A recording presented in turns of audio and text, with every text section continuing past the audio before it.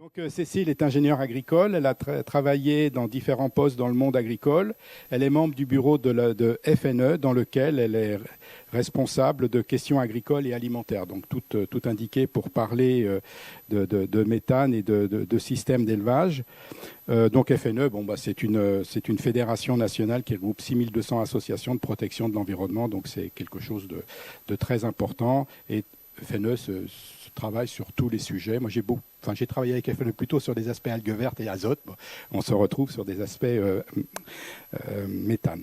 Après, je vais appeler Jean-Hervé Cogan, donc, qui est éleveur de vaches laitières. Donc, c'est un autre porteur d'enjeux, donc en production biologique dans le Finistère, donc dans le Far West.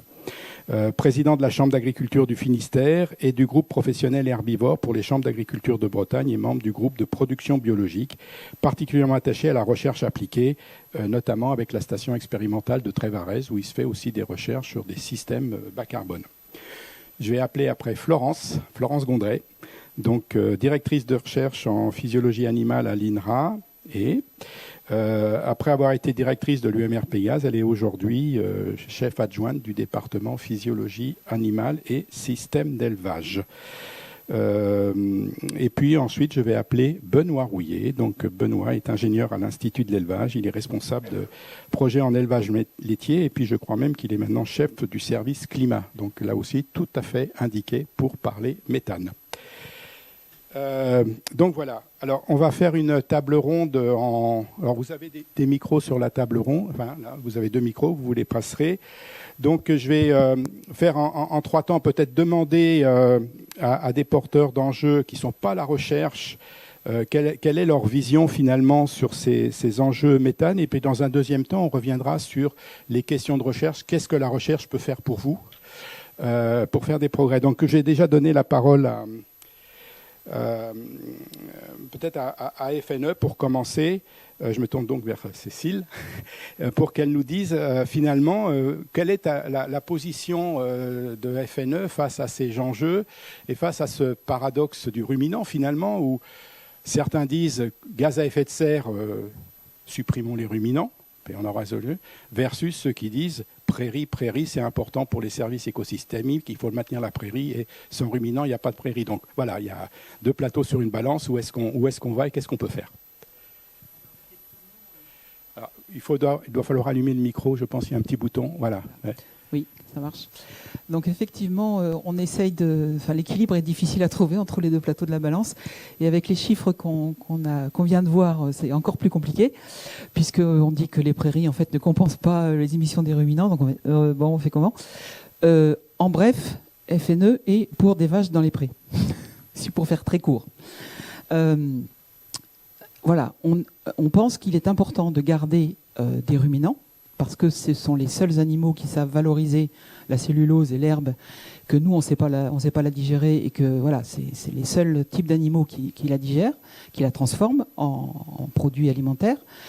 Par contre, ce qu'il faut effectivement pour nous, c'est que les animaux ils soient dans les prés.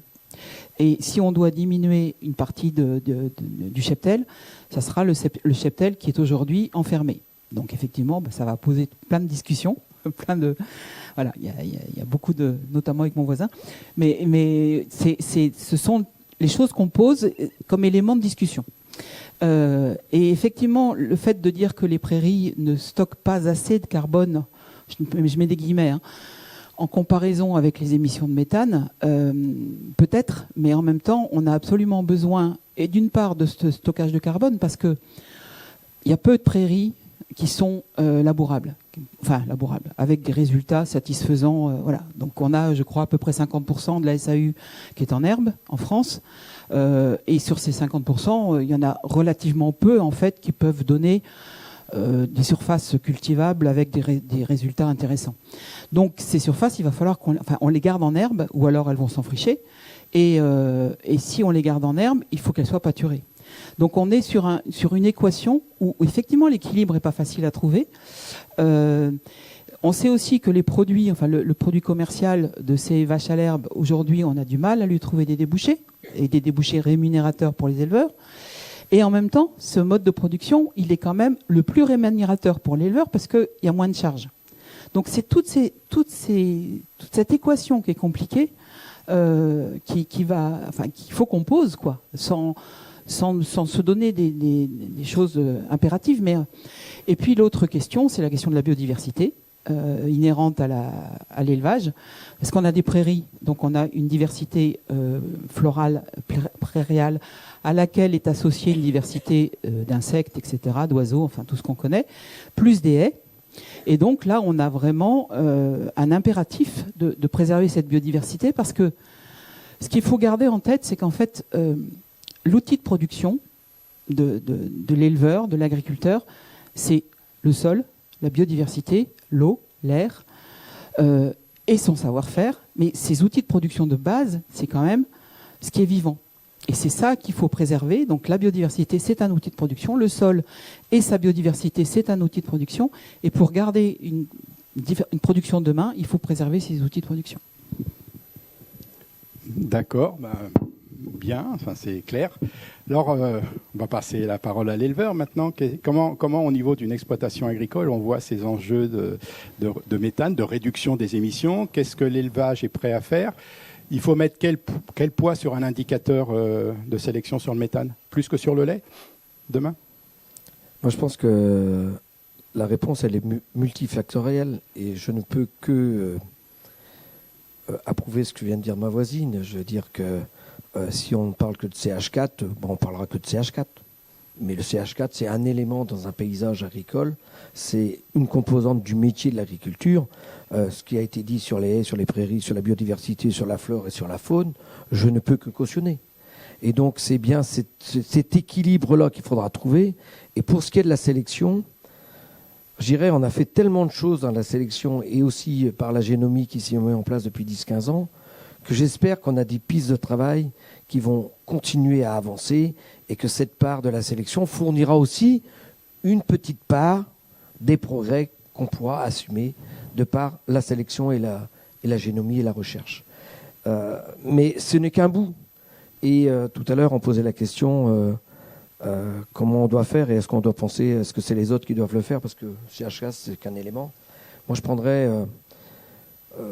le dicton du colibri. Je pense qu'on a chacun sa part. Chacun sa part.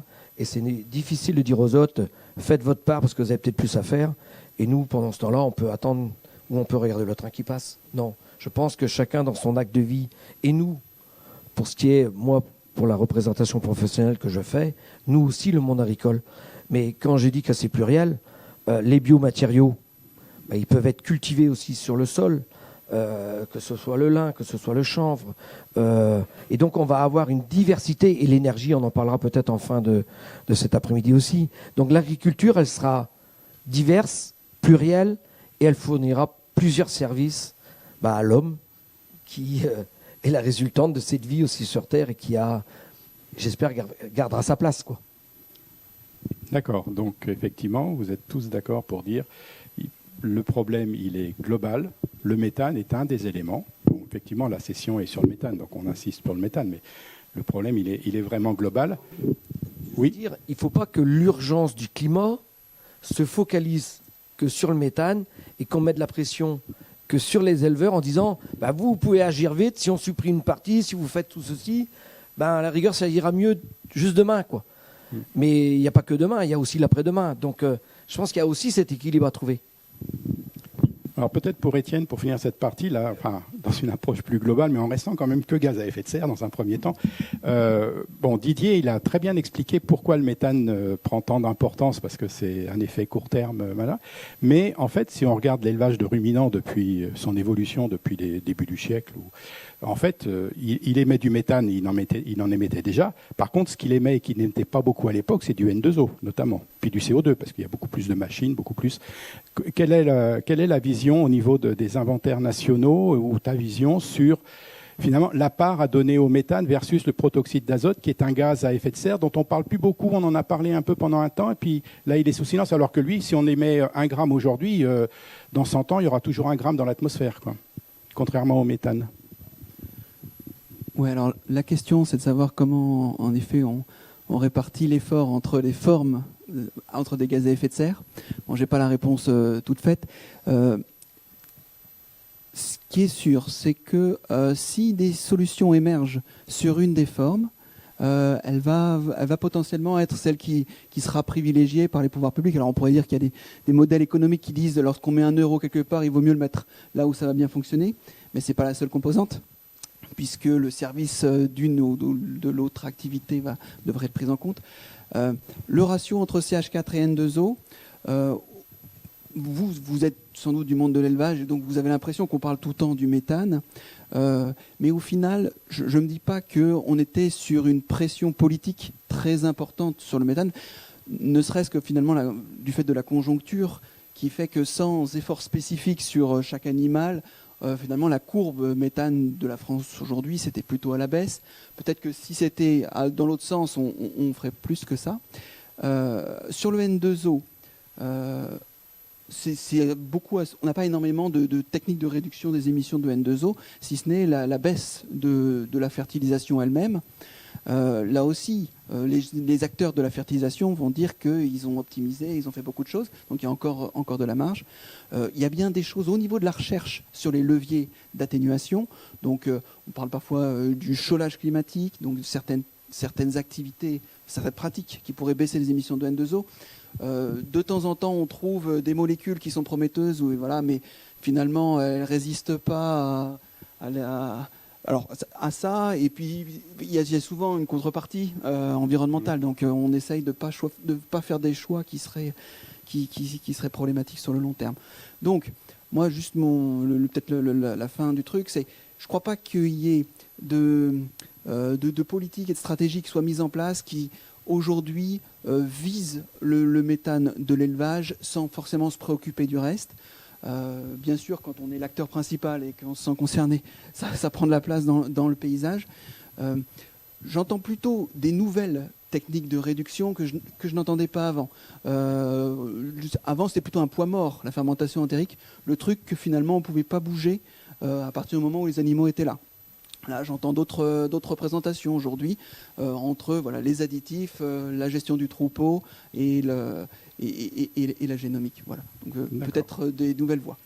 Bon, intéressant. La recherche cherche et trouve parfois un petit peu.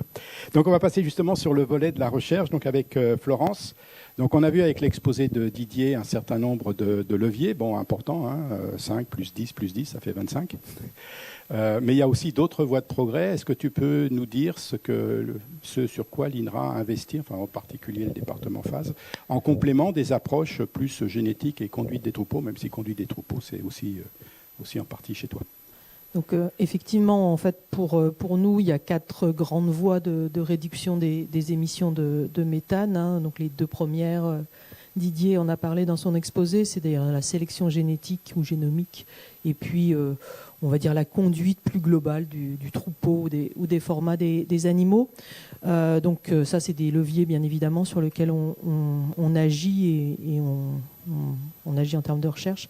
Les 2 leviers, finalement, dont on a peu parlé et qui sont peut-être ceux qui sont finalement actionnables le plus rapidement, parce que Didier a bien dit, la sélection génétique, il va falloir attendre un petit peu, et puis qui ont souvent une action sur la réduction de méthane de l'ordre de 5 à 15, des fois on entend 30 ou 40%, donc là je ne m'avancerai pas, mais plutôt de l'ordre de 5 à 10% chacun, donc en combiné là aussi on atteint assez vite les 30% visés.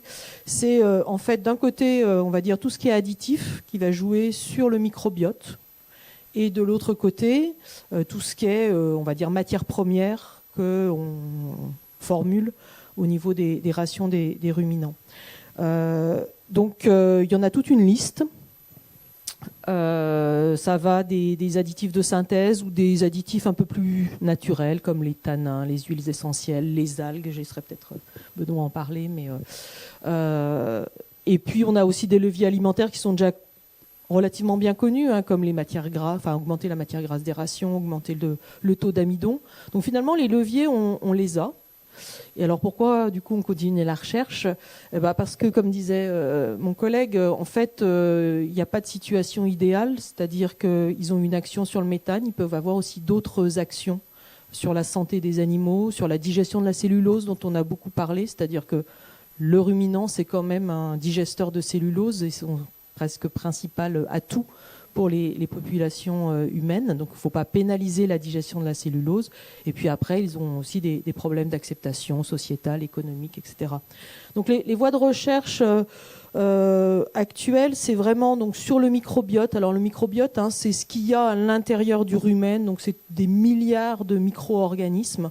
Alors la cible principale, c'est maintenant celle qu'on connaît pour produire le méthane, donc ce qui s'appelle les archées méthanogènes. Et donc ce qu'on essaye, c'est de moduler leur abondance, donc potentiellement réduire l'abondance de ces archées, les faire dialoguer avec d'autres bactéries du rumen qui, elles, vont accepter finalement les produits du métabolisme de ces archées, c'est-à-dire l'hydrogène ou les électrons, de manière à capter finalement le méthane avant qu'il soit produit ou, une fois produit, à empêcher son émission. Et donc, c'est finalement travailler beaucoup plus avec les nouvelles techniques aujourd'hui de séquençage de l'ADN de ces micro-organismes pour mieux les connaître, pour mieux connaître leurs interrelations et puis pour mieux connaître le rôle qu'elles ont aussi, non seulement dans le rumen, mais vis-à-vis de la vache dans son entier pour ne pas pénaliser la santé de l'animal. Et donc ça ouvre pas mal de perspectives sur, encore une fois, plutôt des additifs ou plutôt des fractions de certaines plantes, comme les lignines ou d'autres fractions. Et l'autre volet est plus global sur les matières premières qu'on incorpore dans les rations des ruminants. Donc là aussi, comme j'ai dit, il y a des matières premières qui sont déjà disponibles. On entend beaucoup parler d'augmenter la part des concentrés, la part de l'amidon. Donc c'est très efficace. Se pose la question que posait la collègue, qui est quid dans une transition agroécologique, ou plutôt on souhaiterait quand même, pour des raisons de biodiversité, de préservation des paysages, de valorisation des espaces, avoir des bovins au pâturage, au moins en partie. Donc est-ce qu'il n'y a pas des antagonismes comme ça où c'est difficile de mettre la balance? Donc c'est vrai que les priorités actuelles de recherche d'INRAE, c'est plutôt... alors j'allais dire les nouvelles matières premières, mais en fait c'est plutôt des matières premières anciennes, les légumineuses. Alors on met beaucoup l'accent dessus, parce que comme ça a été dit par le CITEPA, ça permet en fait d'être gagnant-gagnant, d'une part sur les émissions de méthane, mais surtout sur les émissions de N2O, parce qu'en fait ça va éviter les engrais de synthèse. Donc on gagne en fait sur les deux tableaux. Donc ça peut être directement dans les rations ou via des prairies mixtes dans lesquelles on incorpore des légumineuses. Et puis, les coproduits. Toujours dans l'idée qu'on va essayer de diminuer la pression sur l'alimentation humaine. On a plein de coproduits industriels aujourd'hui qu'on connaît encore pas très bien, qu'on pourrait aussi incorporer dans les rations des ruminants, avec la question que les coproduits, aujourd'hui, c'est une mine d'or aussi pour la production d'énergie. Donc, il n'y en aura pas non plus pour tout le monde. Et donc tout ça, c'est compliqué.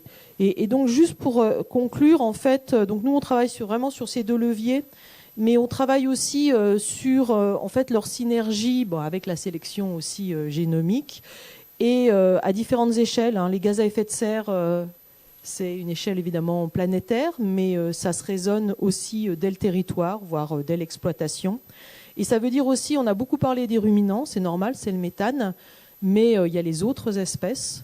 Le méthane, c'est aussi produit par les effluents, donc les lisiers, etc. Donc, et dans ce cas-là, on change un peu le paysage. Les monogastriques, donc notamment porcins, un peu moins les volailles, émettent aussi du méthane dans les fosses. Et puis le N2O, ou surtout le NH3, c'est aussi surtout les élevages de monogastriques.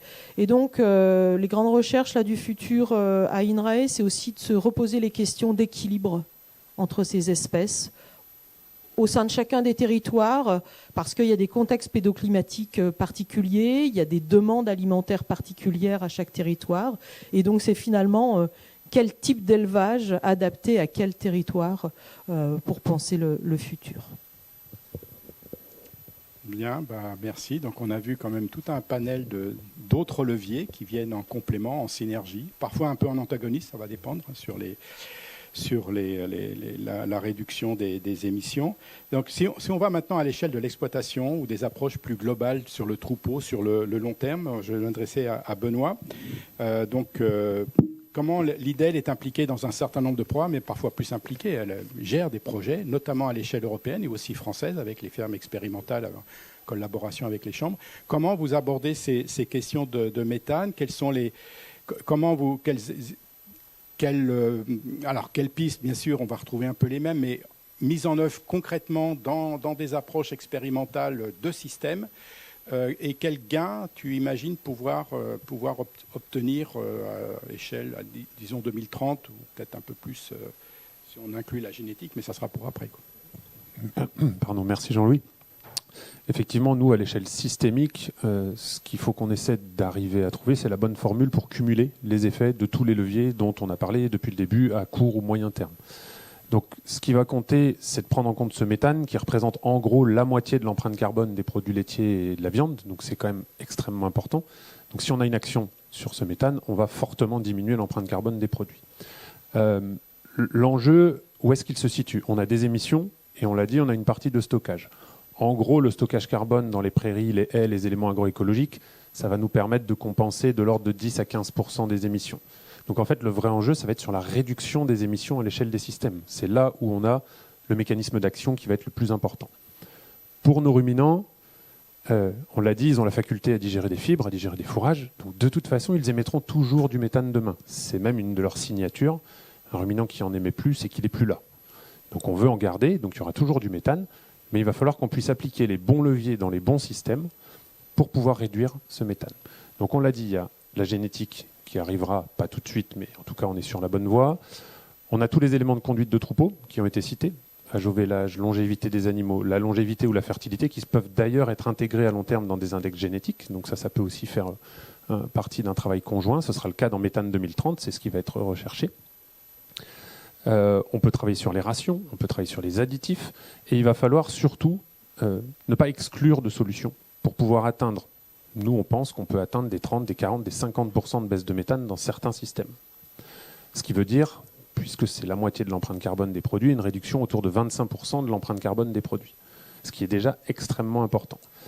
Donc c'est comment on met tout ça en musique, comment on documente les solutions. Tu as cité les algues. On a fait un projet récent en Bretagne et Pays de la Loire avec des algues locales, alors que dans la biblio, c'était plutôt des algues tropicales qui étaient mises en avant pour certains composés.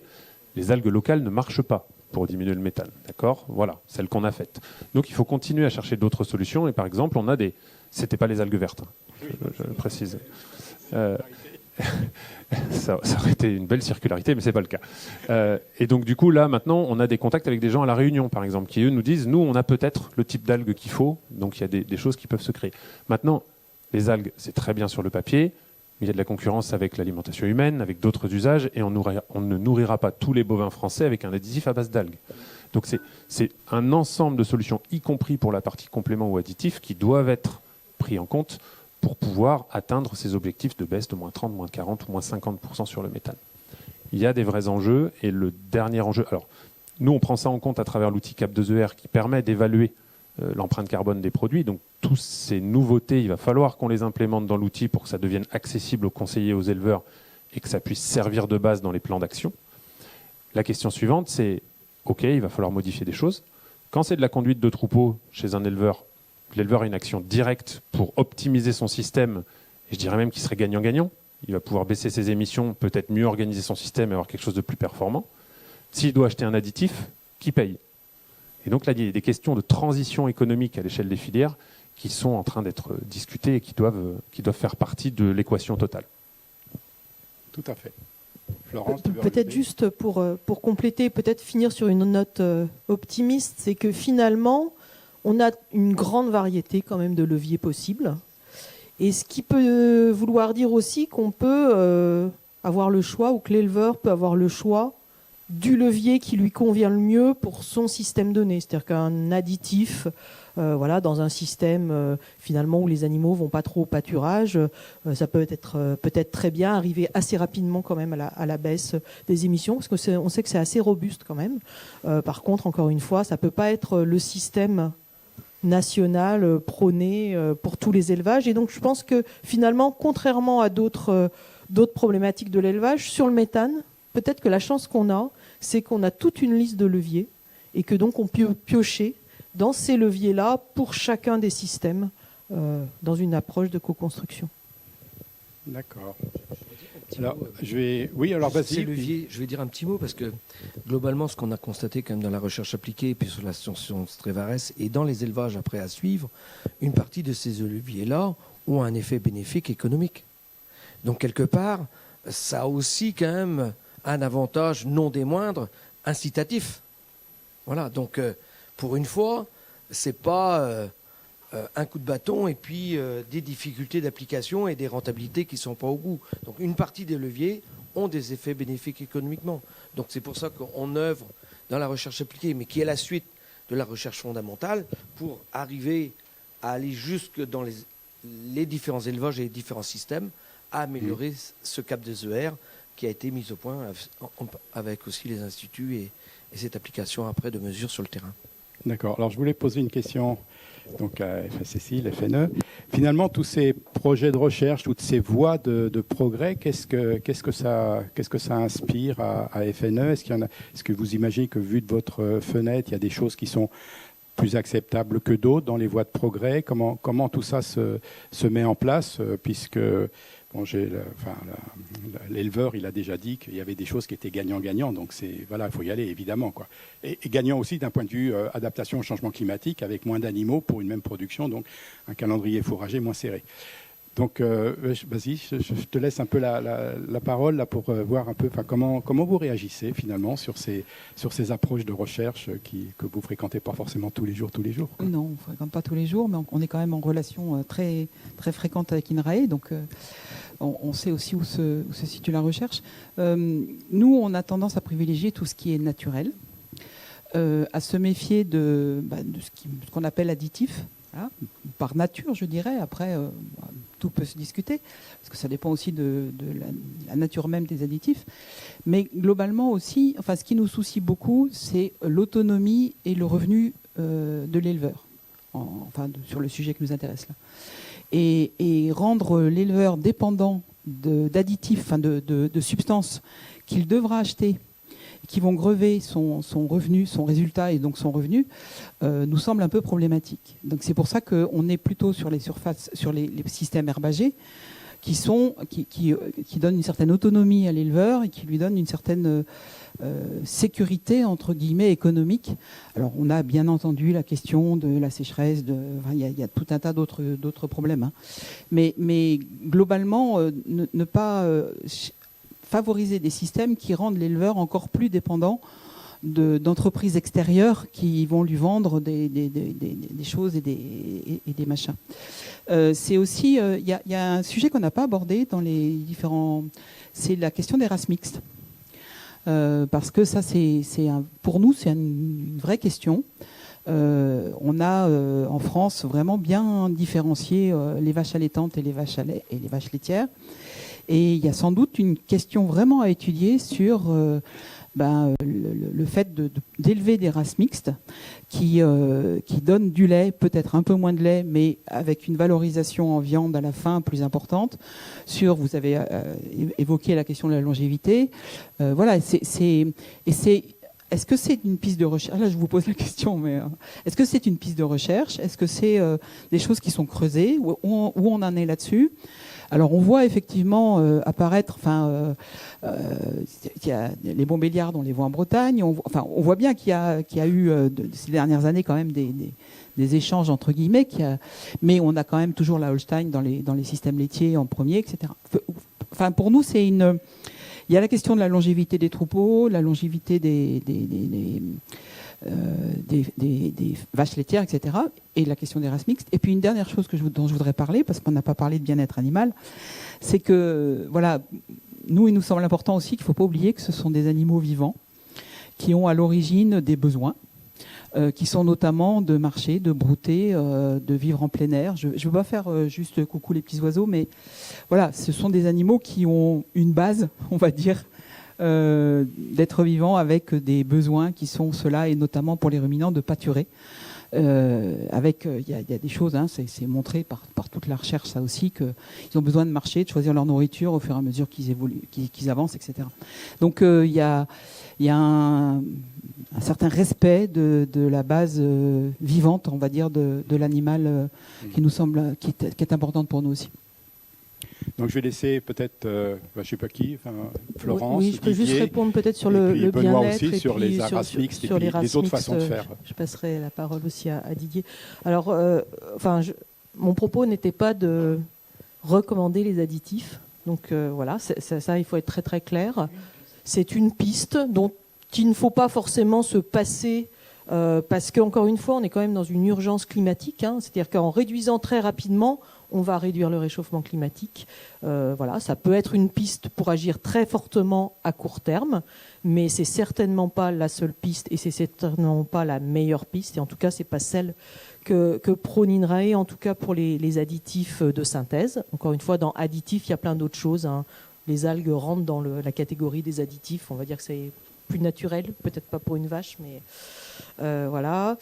Et en tout cas, il y a des pistes de recherche sur, encore une fois, des fractions de plantes que là, l'animal peut aussi brouter ou choisir naturellement.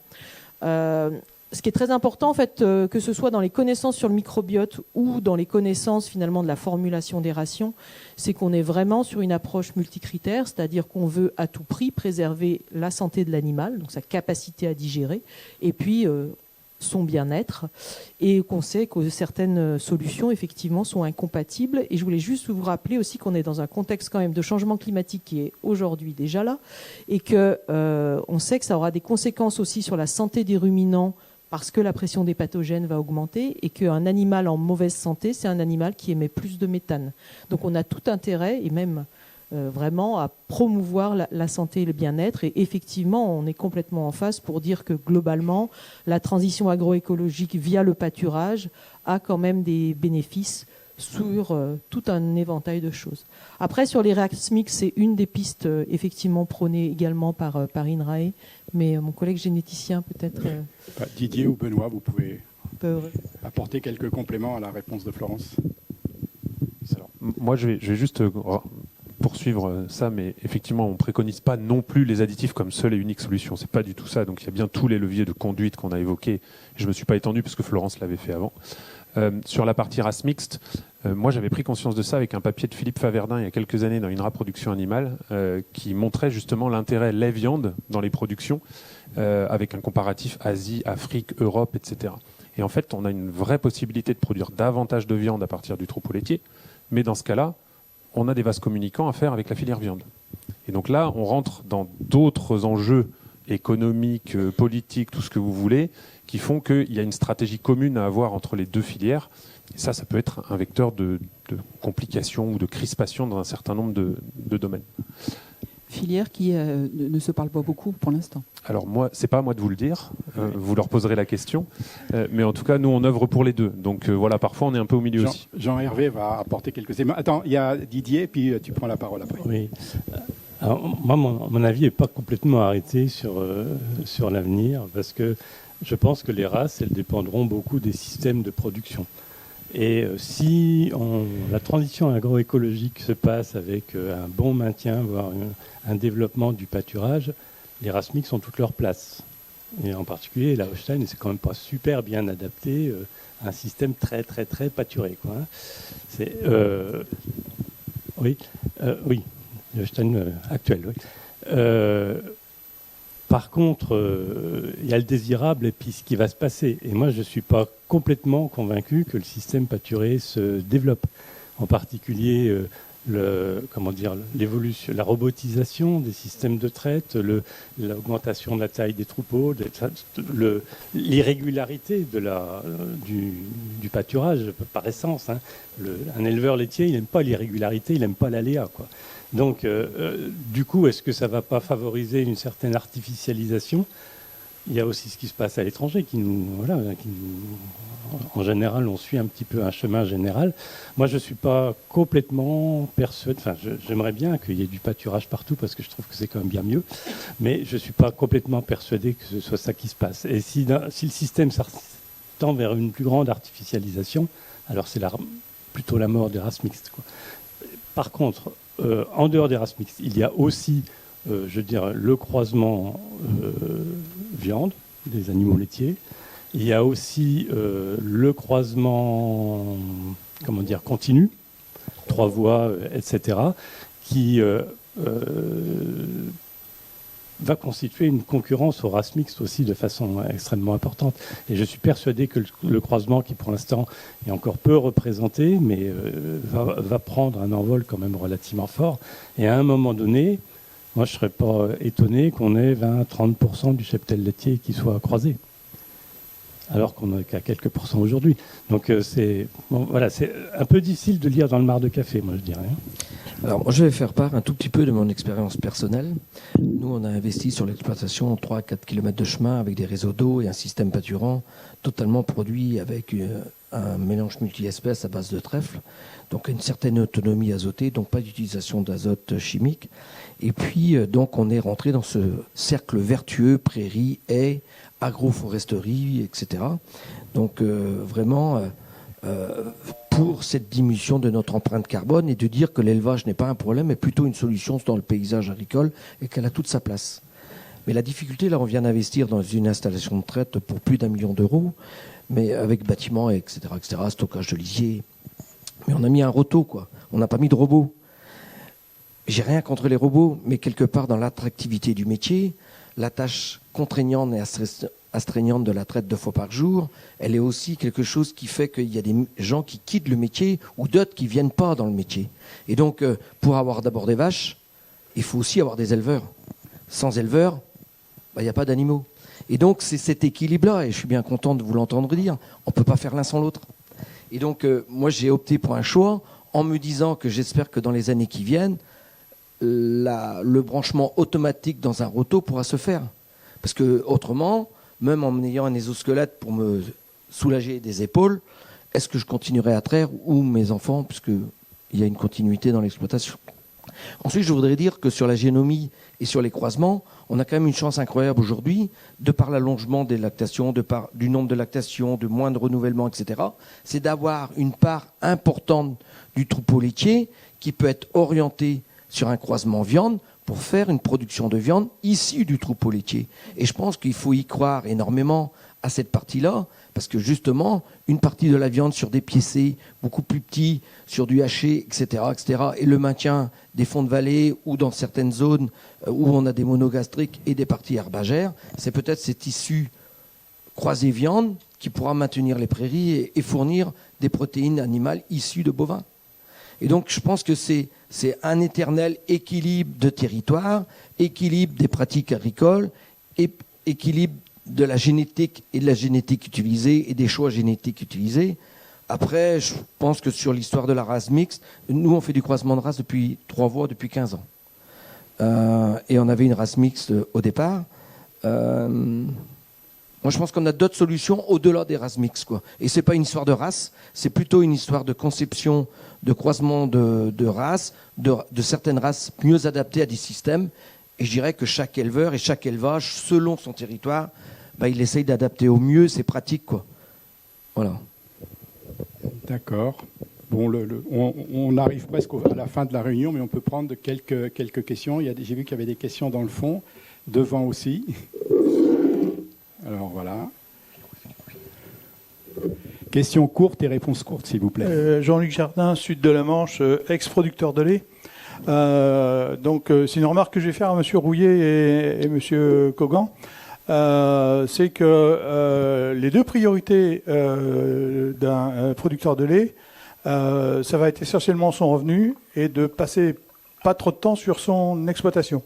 Et après, en troisième, à la rigueur, ça peut être effectivement les problématiques environnementales. Alors, j'étais très content de l'exposé que M. Cogan a fait parce qu'il a eu l'honnêteté de nous dire qu'il était un producteur de lait bio. Donc ça veut dire que les pratiques vertueuses qu'il fait, elles sont financées. Elles sont financées par son industriel laitier. Et par rapport à l'environnement, oui, elles ne sont pas très bien financées. Et on va mettre ça entre parenthèses, M. Cogan. Mais non, voilà. Ma remarque, c'est que si vous voulez que les producteurs de lait fassent plus d'environnement, il y a un moment où il va falloir le rémunérer. C'est-à-dire que je suis à peu près d'accord avec Benoît Rouillet quand il dit que quand on fait du vélage à 24 mois, on gagne au niveau du méthane et on gagne au niveau du revenu. Un petit peu, oui. Un petit peu. Sauf que voilà, il y a deux manières de rémunérer l'environnement. C'est-à-dire que soit on est un producteur de lait bio, donc de l'environnement, on en fait pas mal. Et l'exposé de M. Cogan était très, très correct par rapport à ces pratiques, mais sauf que, bon, il y a un petit plus au niveau de la paye de lait. Et après, il reste les PSE. C'est-à-dire que si vous voulez que les producteurs de lait rentrent un peu plus au niveau de l'environnement, faut leur faire des contrats PSE qui sont des programmes spécifiques environnementaux. Bon, Jean-Hervé, tu veux répondre rapidement? Parce qu'après, on va prendre une autre question. Je dirais que sur le bio, la difficulté du moment du marché et de la consommation fait que la rentabilité qui pouvait exister précédemment, ou du moins l'écart de prix entre conventionnel et bio, s'est considérablement réduit. Et je dirais bien heureux qu'elle se soit réduite, parce que si mes collègues conventionnels n'avaient pas eu une augmentation du prix du lait tel qu'ils l'ont eu, on aurait eu encore moins de producteurs de lait, ça aurait été un paysage agricole. Mais je voudrais quand même dire un tout petit mot sur ce qui est du paysage et des indemnités positives, et pour rejoindre ce que vous dites sur le paiement pour services environnement, où on peut l'appeler de différentes façons, ça s'appelle les PSE. La zone intermédiaire française, qui est coincée entre le massif central où on ne peut faire que de l'herbe, et puis les plaines plus fertiles que sont la Beauce, ou une partie de la Marne, etc., étaient des régions de polyculture élevage. Elles ont cessé par des agrandissements des exploitations de faire de l'élevage, et aujourd'hui elles vivent une misère, mais terrible, avec une baisse. Ils ont céréalisé, tout simplement, sauf qu'aujourd'hui ils sont tellement dépendants de l'effet climatique, et on le vit, madame vient de l'a dit, hein, aujourd'hui le changement climatique on le vit tous les jours, et qu'ils ont des résiliences de leur système de production de céréales qui est négatif, quoi, et ils n'ont même plus les moyens. Non, cette année, même depuis quelques années, encore plus cette année, mais ils n'ont même plus les moyens de remettre l'élevage. Parce que l'élevage, la matière organique, le carbone, c'est la meilleure rétention de l'eau, c'est la meilleure vie du sol, c'est la meilleure fertilité, c'est une meilleure faune, une meilleure flore. Et donc, le carbone, quelque part, c'est la richesse d'un éleveur. Sans carbone, sans matière organique, sans animaux qui fertilisent la terre, je dirais que le pire du pire, c'est les bios qui veulent faire de l'agriculture sans aucun amendement organique. Je pense qu'au bout d'un moment, ça dure une génération, mais pas deux. Donc c'est une agriculture à court terme. Et pour moi, l'agroécologie, c'est une agriculture qui doit se transmettre et qui doit, moi, on m'a prêté la terre pour que je la transmette à mon fils, au moins en aussi bon état, sinon mieux. Et lui, il devra faire la même chose. Et donc, quelque part, l'équilibre entre l'élevage, la culture, l'alimentation, les protéines végétales, les protéines animales, c'est un milieu complexe, mais global, qui doit faire vivre des territoires et aussi des industriels et de l'agroalimentaire, une transformation, parce qu'aujourd'hui on a de moins en moins de paysans, mais de plus en plus, et des gens qui consomment de l'alimentaire tous les jours. Et donc après d'exporter notre problème de CH4 ou de N2O ou de NH3 sur d'autres pays au monde en se disant nous on le fait plus et puis on achète de l'alimentaire ailleurs, moi je suis pas sûr que pour la gestion globale de la terre, qui est un bien commun à tous les peuplades, ce soit la solution, quoi. Donc alors, attends, il y a Cécile déjà qui a déjà demandé 2 phrases avant toi, et puis après on reprendra une autre question. Juste 2 mots pour répondre à monsieur. Il faut aussi poser la question aux industriels et à la distribution du prix qui revient aux agriculteurs. Benoît.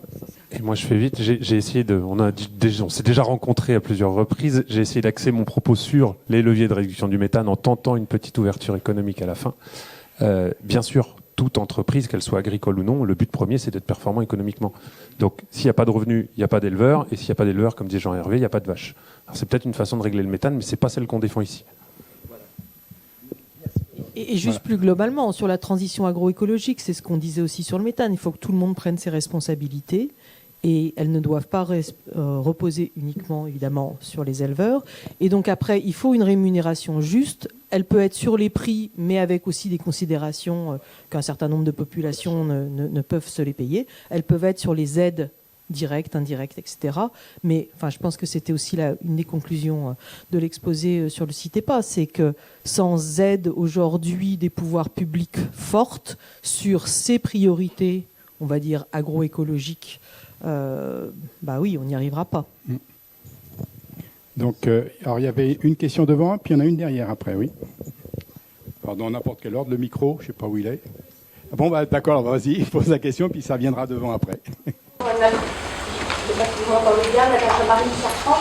Je vais avoir une question très technique. En fait, on a vu tout un tas de leviers endogènes à l'animal et endogènes à l'exploitation, si je peux simplifier, et un levier qui est finalement endogène, c'est celui des additifs. Donc ma question, c'est, si le niveau n'est pas critique, c'est vraiment une question très neutre.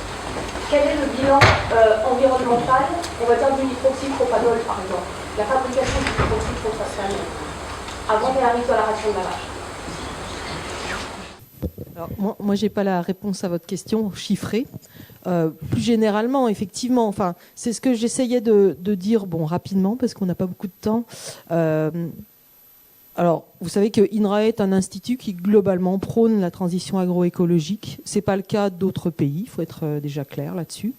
Dans la transition agroécologique telle qu'on la décline à l'élevage, il y a en gros 5 piliers, mais dans un des piliers, c'est la réduction des intrants, et donc, enfin, on va dire des intrants exogènes. Donc, dans ce cadre-là, les additifs de synthèse, effectivement, pour moi, pour nous, ne sont pas compatibles avec la transition agroécologique.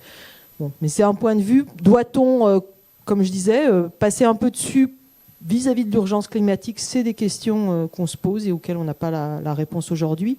Après, plus généralement, votre question, ça pose en fait l'analyse de cycle de vie de tout ce qu'est ces produits.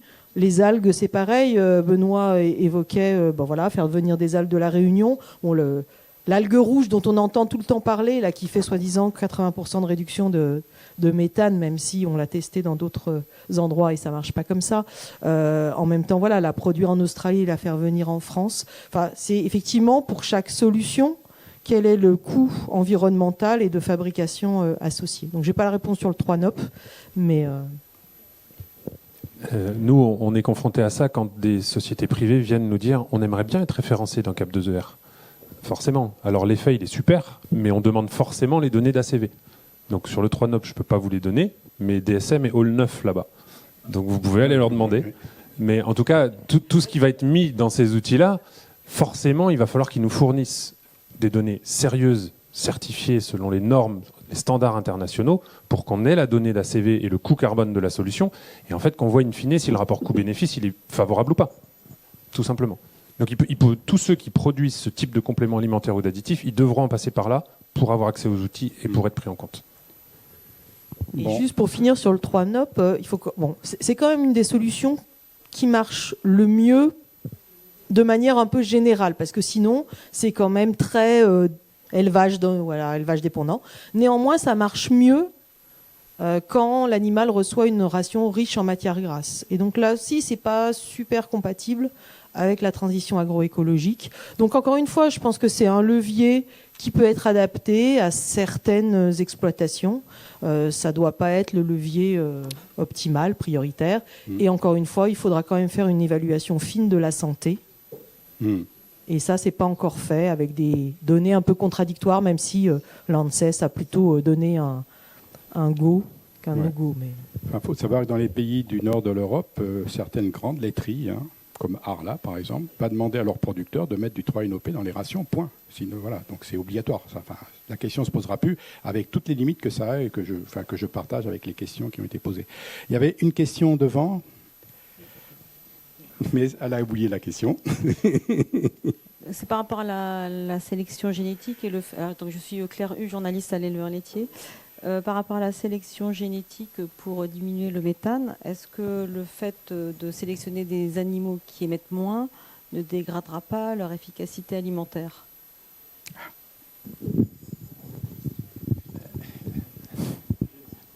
Ce qui est à peu près sûr, c'est que ça ne dégradera pas l'essentiel des caractères qu'on sélectionne. On ne trouve pas de corrélation défavorable avec la production, la santé, la fertilité, etc. Ça a l'air OK. Sur l'efficience alimentaire, la question se pose. C'est sûr. Alors, ça pose la question de quelle est la nature, comment fonctionne la variabilité génétique sur...